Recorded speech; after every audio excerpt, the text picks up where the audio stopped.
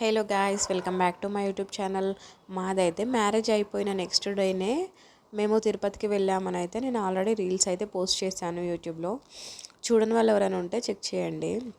మేమైతే sleeper coach book చేసుకున్నాము. Next day morning అయితే 8 or 9 కలా రీచ్ అయ్యాము. ఇంకా టిఫిన్ చేసుకుని అయితే మేము స్టార్ట్ అయిపోయాము.